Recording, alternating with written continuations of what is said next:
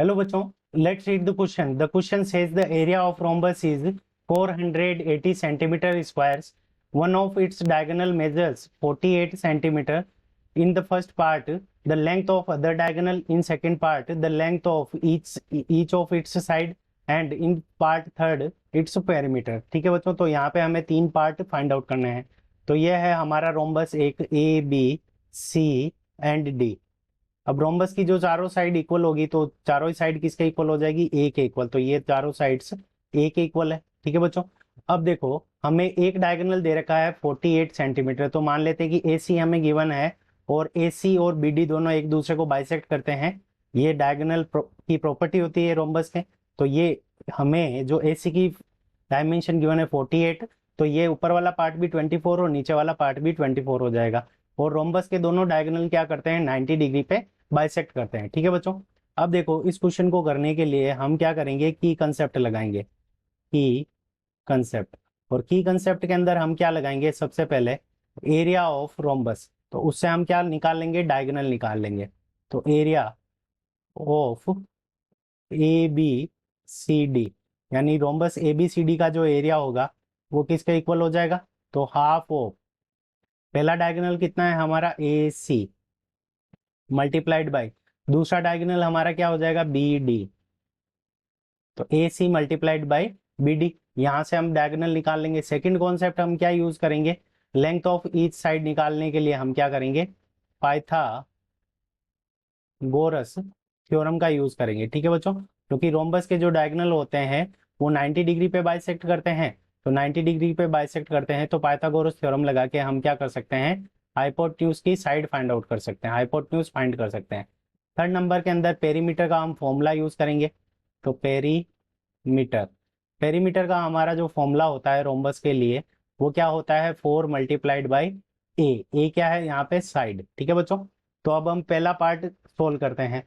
तो पहले पार्ट के अंदर हमें एरिया कितना गिवन है, तो area area is equal to हमें कितना गिवन है, 480 सेंटीमीटर स्क्वायर।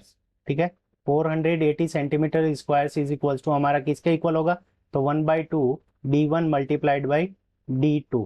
ठीक है बच्चों, और d1 की वैल्यू हमें कितनी गिवन है, 48। तो यहाँ से ये 2 इससे के साथ मल्टीप्लाई हो जाएगा।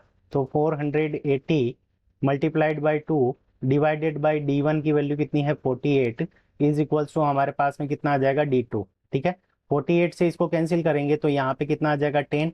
10 इंटू 2 करेंगे तो यहाँ पे d2 की जो हमारी लेंथ आ जाएगी वो कितनी आ जाएगी, 20 सेंटीमीटर्स। ठीक है बच्चों, तो यहाँ पे फर्स्ट पार्ट का हमारा आंसर आ गया, d2 is equals to 20 centimetres.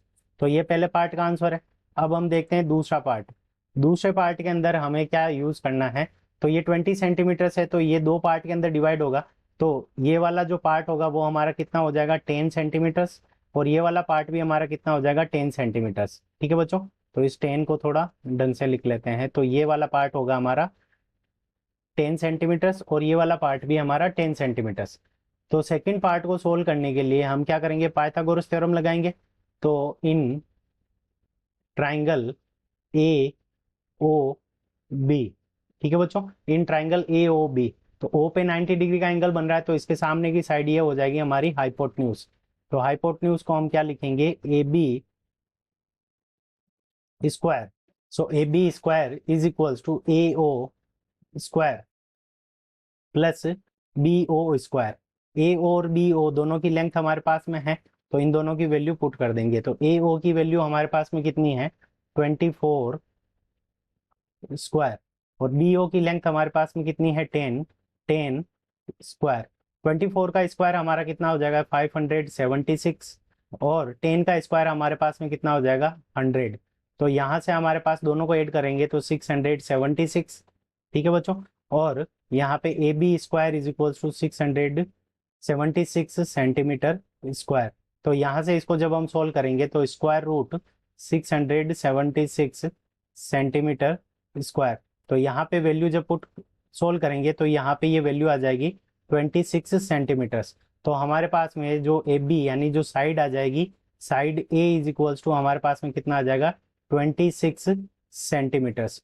तो ये हमारे पास में दूसरे पार्ट का आंसर है, यानी जो हमारे पास में साइड आई है वो कितनी आई है, 26 सेंटीमीटर्स। अब पार्ट 3 को सोल्व करते हैं। थर्ड पार्ट के अंदर हमें क्या गिवन है कि हमें निकालना है कि इसका पेरीमीटर कितना होगा। तो थर्ड पार्ट के लिए हम निकालते हैं पेरीमीटर। तो थर्ड पार्ट के लिए पेरीमीटर इज इक्वल्स टू हम जानते हैं पेरीमीटर। तो पेरीमीटर इज इक्वल्स टू हमारा क्या होगा 4 मल्टीप्लाइड बाई ए। तो ए की वैल्यू हमने निकाल के रखी है, वो कितनी आई है 26 सेंटीमीटर। तो 4 मल्टीप्लाइड बाई 26। ठीक है बच्चों, तो 26 को इससे मल्टीप्लाई कर देंगे तो यहाँ से हमारे पास में कितना आ जाएगा, तो 104 सेंटीमीटर्स। ठीक है बच्चों, तो पेरीमीटर हमारे पास में कितनी आ जाएगी 104 सेंटीमीटर्स। तो इस तरह से हमने तीनों पार्ट का आंसर देख लिया, पेरीमीटर और डायगोनल और साइड। तो this is our correct answer. I hope you understood it well. Best of luck. Thank you.